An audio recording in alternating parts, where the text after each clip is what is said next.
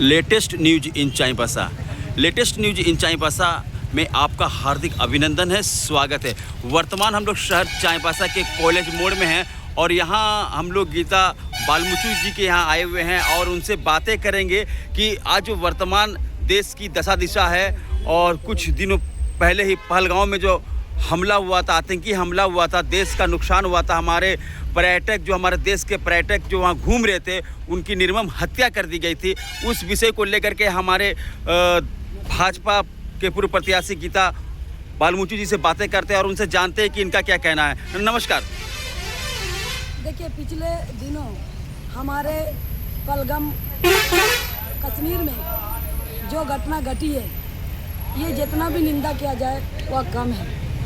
आप जो अभी कह रहे थे कि पर्यटक का वहाँ पे मृत्यु हो गया है, पर्यटक का नहीं, भारतवासियों का, भारत का, हमारे भाइयों का मृत्यु इन लोगों ने निर्मम हत्या की गई थी, निर्मम हत्या कर दिया गया है। यह अपने आप में बहुत बड़ा निंदनीय है।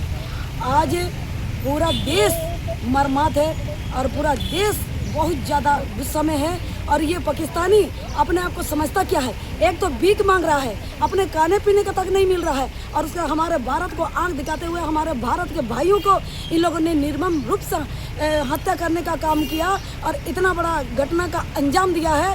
इस घटना का अंजाम का बदला ईंट के बदले ईंट और पत्थर के बदले पत्थर और गोली के बदले गोली हम भारत देश के लोग पाकिस्तान को हम लोग देने वाले हैं। ये उन लोग को सोच के रखना होगा और ये अपने आप को समझते हैं कि हम लोग बहुत बड़ा माफिया है, गलत सोच रहे। खाली गिदर धमकी हम लोग को देता है। हाँ, एक तो वो लोग भीख मांग रहा है और दूसरा हमारा भारत को इन लोग डांटने का काम कर रहा है और यहाँ पर धमकी देने का काम कर रहा है। हम लोग धमकी से डरने वाला नहीं है। आजकल ही सिंधु नदी को जो बंद करने का हमारे नरेंद्र मोदी ने आह्वान किया, उसी में ही पड़ोसी मुल्क जो है ना बौखला गया है और वो लोग बोल रहे हैं कि नहीं, अगर सिंधु नदी बंद होगा तो हम लोग खून के बदले खून हम लोग होली खेलेंगे। हम लोग भी तो देखें, हम लोग भी देखेंगे कि तुम्हारा औकात क्या है हमारे मोदी जी के सामने।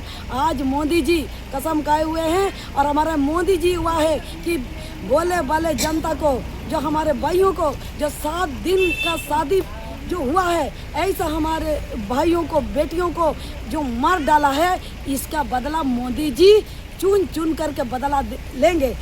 हम लोग हड़बड़ाते नहीं हैं, हड़बड़ी में गड़बड़ी होता है। हम लोग इसका जवाब देंगे और बढ़िया से देंगे, एक नंबर। दूसरा, इसी को देखते हुए हमारे मोदी जी ने 7 दिन के अंदर में जितना घुसपैठी है, जितना पाकिस्तानी है, जितना बांग्लादेशी है, वो सबको चिन्हित करके सभी राज्य के मुख्यमंत्रियों को आदेश दिया गया है कि चिन्हित करके उन लोग को हटाओ, भगाओ। यही लोग इन लोग षड्यंत्र करते हैं और षड्यंत्र करके हमारे देश में घुसपैठी करके हमारे बोले वाले लोगों को मरने का, इन लोग हत्या करने का काम कर रहे हैं। लेकिन दुख की बात यह है कि झारखंड सरकार इस पर अभी तक कोई ऐसा कदम नहीं उठाया है, ना कि चिन्हित कर रहे हैं, ना कि उन लोगों को भगाने का काम कर रहे हैं। आप जानते होंगे कि हमारे ये चाईबासा में भी बांग्लादेशी लोग आते हैं जुड़ाई मिस्त्री का नाम से, लेकिन यहाँ का नौकल हमारा मिस्त्री लोग को मार खा रहा है।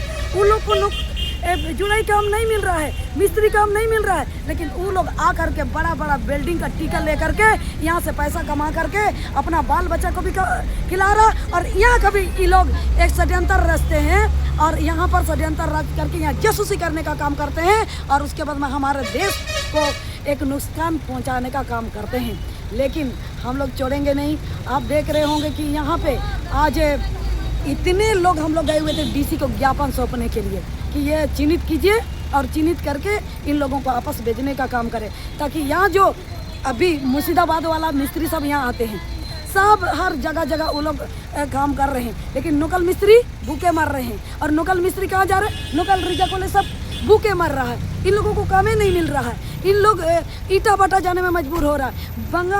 बंगाल बोल रहा है आपका, चेन्नई, बेंगलोर जाने में मजबूर हो रहा है, क्योंकि बाहर का लोग यहाँ काम कर रहा है और यहाँ का लोग बाहर जा रहे हैं। ये कहाँ का न्याय संगत है? इस पर हेमंत सरकार को संज्ञान लेना चाहिए और संज्ञान अगर नहीं लेगा तो ये तो छोटा सा झलक है। हम लोग पूर्ण रूप से हम लोग आंदोलन करेंगे और कुंभकर्ण जैसा सोया हुआ हेमंत सरकार को हम लोग जगाने का काम करेंगे। दूसरा, आज हम लोग यहाँ पूरा गांव से हम लोग उठ करके हम लोग डीसी के पास में गए हुए हैं। अभी यहाँ पर पानी के लिए हम लोग मरमात है, पानी के लिए इतना ज़्यादा ज़रूरत हो रही है, यहाँ पर बिजली इतना ज़्यादा ज़रूरत है, लो वोल्टेज है यहाँ पर, लेकिन आज तक ना पानी हम लोगों को ना चापाकल मिल रहा है, ना कि डीप बोरिंग हम लोगों को मिल रहा है, ना कि सही तरीके से बिजली मिल रहा है। और आज हम देख रहे हैं हर घर में, आप बताइए इन दिन की गरीबों का घर में बिजली का जो बिल आया है, किसी का घर में 40,000, किसी का घर में 50,000, उस तरह का बिजली बिल आया है। कहाँ से हमारा गरीब दे सकेंगे, कैसे देंगे? तो बिजली बिल बड़ा बात किया था, बड़ा वो उन्होंने तो वादा किया था कि नहीं, जिस समय उन्होंने वोट लेने के लिए अपना जो चुनाव हुआ था, क्या बोला था कि हम बिजली बिल माफ़ कर देंगे।